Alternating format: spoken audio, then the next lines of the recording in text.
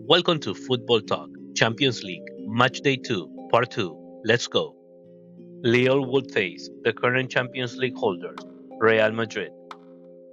But earlier, Shakhtar Donetsk faced Atalanta. Atalanta would take the lead from a rebound at the 21st minute. They would score again in the 44th minute, right before halftime. They would return from halftime and score right away at the 48th minute. Shakhtar's defense was just not good in this game. The game will end 3-0 for Atalanta. They have 4 points, while Shakhtar remains with 1 point. Girona hosted Feyenoord. Not a bad game, a few good chances. Girona would take the lead in the 19th minute. Feyenoord would equalize through an own goal at the 23rd minute. And in the 33rd minute, Milambo would give Feyenoord the lead. Just 2 minutes later, Feyenoord would be awarded a penalty that would be saved by Girona's goalkeeper, Casaniga. Feyenoord would take the 2-1 lead to halftime. In the second half, a goal would be disallowed for Girona for offside. Girona started having more control of the ball around Feyenoord's penalty box, and in the 73rd minute, after good combinations, Van de Beek would score the second goal for Girona.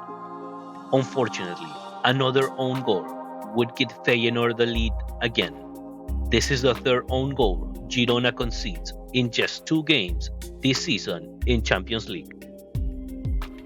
The game ended 3-2 for Feyenoord, who win their first 3 points in the competition. Girona remains with 0 points. Time for Real Madrid. It's time to say it. Real Madrid are not a good team this season.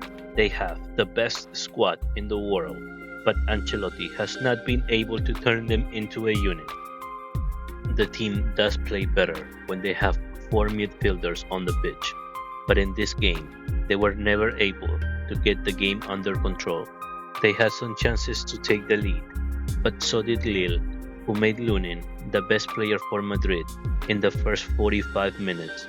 The first half will remain scoreless.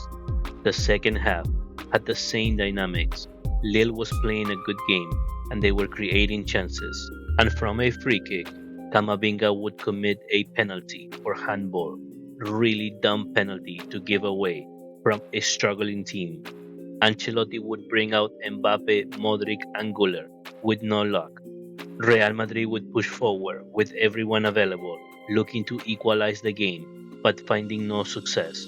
Lille would take the 3 points with an outstanding performance. Thiago Santos, what a player. I wonder which top club will be the lucky one to get this phenomenal right back. As for Madrid, they continue to struggle.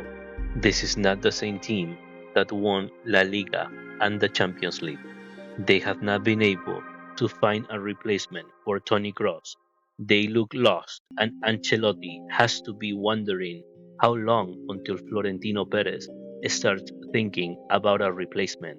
More Madrid analysis in another video. Liverpool play Bologna. Liverpool came out buzzing and creating some good chances as soon as the game began. McAllister would give them the lead in the 11th minute of the first half. Liverpool would continue to attack Bologna, but they wouldn't let Anfield intimidate them and would fight until the end, even having some clear chances that they wouldn't capitalize. That was until we would witness the best goal of the Champions League so far. Mohamed Salah from the edge of the box would put the ball on the corner of the net to end the game with a victory for Liverpool. They are perfect with 6 points. Aston Villa would host Bayern Munich. Bayern came out stronger and Villa struggled to hold back the Bundesliga giants. Bayern would pressure Villa in their own half. They were able to hold their ground, and in the 23rd minute, Pau Torres would score a goal that would be ruled offside. I think this gave Villa even more belief that the win was possible, but most importantly, it made Bayern Munich aware that the loss could be there for them too. Bayern and Villa would then go on to give us a great game where every space on the field would be fought for with intensity and aggressiveness. Each team had some chances without any luck until the 79th minute when Duran would get a ball to the space, catching Neuer close to the edge of his penalty box, lifting the ball just high enough to score the 1-0 for Villa. Emery would then turn his team into an effective defensive unit, hanging on until the last minute in a performance that will go down in Aston Villa's history. They became the first team to officially beat Company's Bayern Munich. Villa is also perfect with 6 points. Bayern, who won their first game scoring 9 goals, remain with 3 points. In other games, RB Leipzig and Juventus would leave us an incredible game full of emotions. Juventus would come from behind with one man down to beat Red Bull Leipzig in their home 2-3. Benfica Atletico Madrid. Benfica would turn Atletico apart and beat them 4-0 at home. In other games, Monaco drew away from home to Dinamo Zagreb. In other games, Club Brugge took the 3 points home against Storm Graz. After 2 games, the Champions League table looks like this.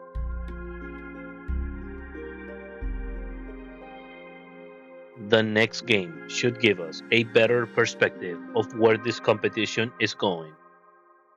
Thank you for listening to another episode of Football Talk. Please like and subscribe. This is Rolo saying goodbye.